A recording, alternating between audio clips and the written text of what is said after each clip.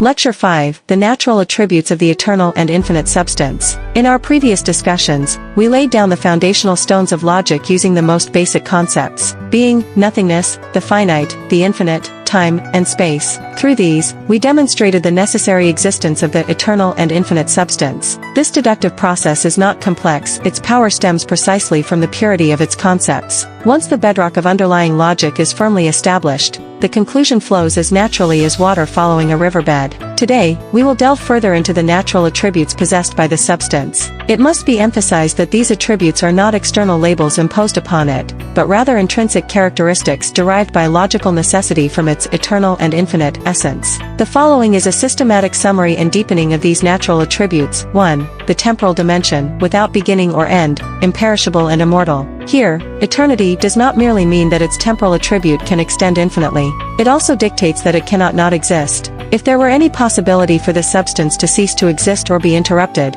it would then be subject to certain conditions, thereby reducing it to a finite being.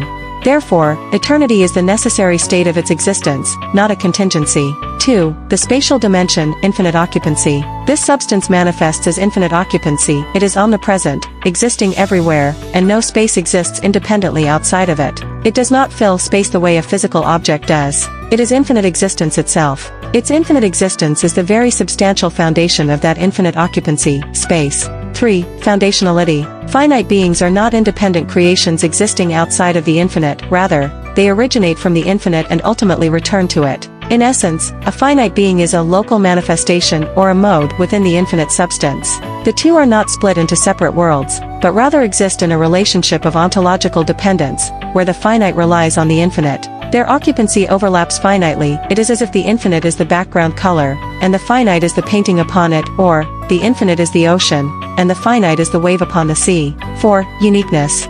Beings that completely overlap in both time and space can only be a single substantial being. Once two or more beings achieve absolute overlap in their spatio-temporal attributes, they lose any discernible boundary that could distinguish them. Since there is no difference whatsoever, it becomes impossible to speak of multiple entities. Therefore, multiple beings completely overlapping in time and space is a logical pseudo-proposition. Based on this, we can use Occam's razor to completely shave away theories such as the existence of another identical you in a parallel universe.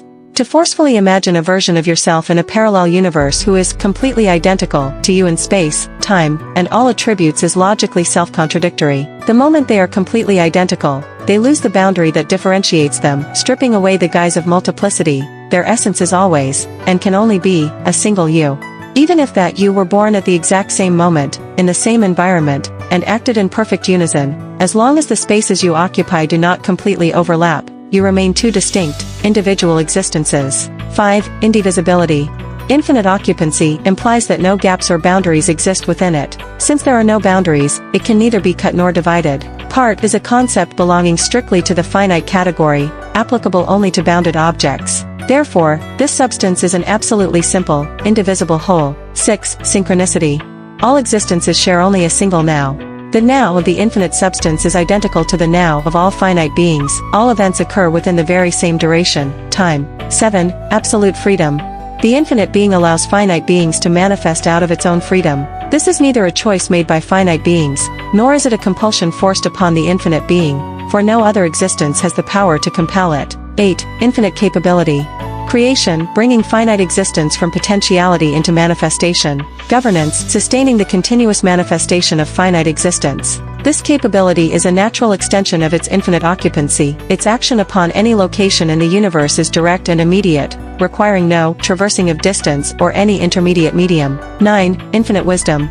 The order, laws, and intelligibility of finite existence reflect the wisdom of the infinite substance. The precise fine-tuning of cosmological constants powerfully demonstrates this transcendent wisdom. Consequently, the multiverse theory is both redundant and logically untenable. As proven in previous videos, cosmic space itself is boundless. In an infinite space that is boundless and indivisible, speaking of multiple universes is a geometric and ontological impossibility. No matter how many universes are hypothesized, in the face of infinity, they remain nothing more than local modes within the exact same infinite space. 10. Measurability by the finite.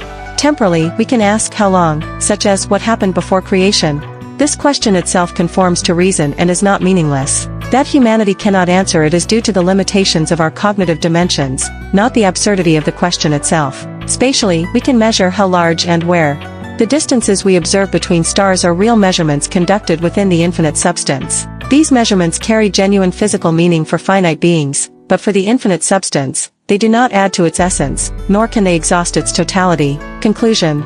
At this point, our logical deduction regarding the necessary existence of the eternal and infinite substance, as well as our exploration of its fundamental natural attributes, draws to a close.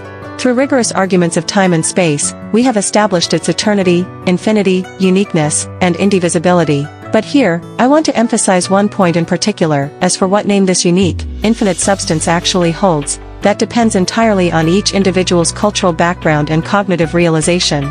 In this discussion, I will not paste any specific label onto this infinite substance, nor will I grant it any religious or secular title. For any language and concept are, ultimately, products of the finite, whereas what we have proven is the very source that transcends all finite existence, an ultimate reality that cannot be boxed in by any finite concept. Maintaining this state of namelessness is perhaps our greatest reverence and respect for the infinite substance. This eternal and infinite substantial existence is by no means an ethereal, metaphysical illusion. It possesses an unquestionable objective reality, just like the earth, air, water, and food upon which we depend to survive.